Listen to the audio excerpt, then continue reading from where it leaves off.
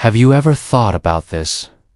What if, without realizing it, you are already building the house you will live in tomorrow? Not a house of bricks and cement, but the house of your life. The foundation is your attitude. The walls are your habits. The roof is your character.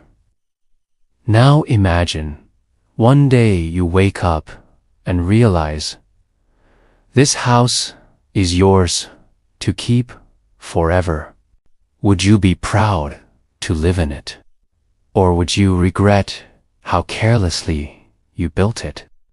This is the story of an old carpenter, his last house, and a truth that could change the way you live your life today.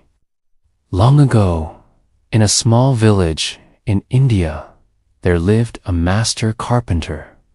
For years, people admired his craftsmanship. Families trusted him to build their homes because every nail he hammered, every beam he placed, carried his care and pride. His life was simple, but his work had dignity. He didn't just build houses, he built places where memories would live. Laughter, tears, prayers, and festivals. All would happen under roofs he had crafted with his own hands. But time, as it always does, caught up with him. His back bent, his hands trembled, his eyes grew weary. He went to his employer and said with quiet humility, "Sir, I am tired. I want to retire. I want to spend the rest of my days with my wife, my children, my grandchildren. I have given enough years to work. Now I want to give my time to them." The employer, who had relied on this carpenter for decades, was saddened but understood. He smiled and said, "You have served me well. You deserve your rest. But I ask you for one last favor. Build me just one more house, only one, then you can retire." The carpenter hesitated.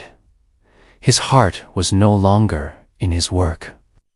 He had built so many houses already. What difference would one more make? But out of loyalty, he agreed. Yet this time, something was different. He no longer woke up with passion. He no longer checked the wood carefully. He used cheaper materials. He rushed through the work. Corners were cut, details ignored. He told himself, "It's just one last house. It doesn't matter. Who cares if it's perfect or not?" Weeks later, the house was finished. To anyone passing by, it looked fine. But the carpenter knew the foundation wasn't as strong. The walls weren't straight. The roof wasn't perfect. It was a house, but not one of his masterpieces. The employer came to inspect. He looked at the house, nodded quietly, then turned to the carpenter, and with a gentle smile, he held out the key. "My friend, this house is my gift to you. It's yours, for all your years of hard work and loyalty. I want you to have it." The carpenter froze. His hands shook as he took the key. His heart sank. Suddenly, he understood. This was his own house. If he had only known, he would have poured his heart into it. He would have chosen the finest wood, the strongest nails, the smoothest paint. He would have built it with the pride and love he had given to every other home. But now it was too late. He would spend the rest of his life living inside the very house he had built carelessly. My friends, isn't that exactly what life is? Every day, we are the carpenter. Every choice we make is a plank of wood. Every action we take is a nail hammered in. Every relationship we build is a wall rising higher. And one day, we wake up. Think about it. When you treat your work carelessly, you're not just cheating your boss. You're building a weak foundation for yourself. When you neglect your health, you're building walls that will one day crack. When you take shortcuts in relationships, ignoring kindness and respect, you're leaving gaps in the roof through which storms will enter. In psychology, there's something called the boomerang effect. Whatever you send out into the world, effort, energy, attitude, it comes back to you. The carpenter thought he was only shortchanging his employer, but in the end, he shortchanged himself. Life is like that. When we cut corners, when we say it doesn't matter, when we put in the bare minimum, it is not the world that suffers first. It is us. Because one day, all the small choices, the skipped steps, the careless words, the delayed dreams, will return to us as the house we must live in. The truth is, we never know which job, which moment, which relationship is our last house. So why not build every single one with care? Why not live every day as if it's the foundation of your future? Experts in behavioral science say, we are what we repeatedly do. Excellence is not a single act, it's a habit. Just as a carpenter shapes wood, our daily actions shape us. And here's the deeper truth. Even if no one else sees your effort, your integrity, your care, you do.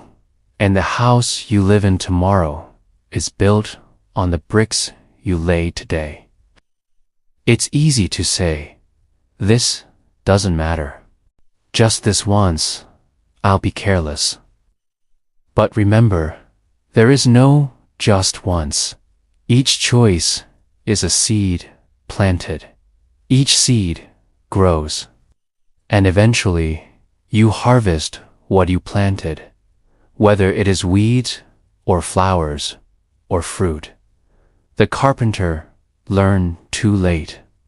But you and I, we still have time. Today, we can choose to build differently. So here's my question to you. If this, right here, was the last house you would ever build, would you be proud to live in it? Would you fill it with honesty, with care, with patience? Or would you fill it with shortcuts, laziness, and excuses? Because whether you realize it or not, you are already building.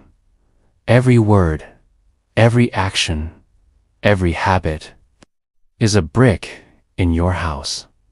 So build wisely, build with love, build with pride.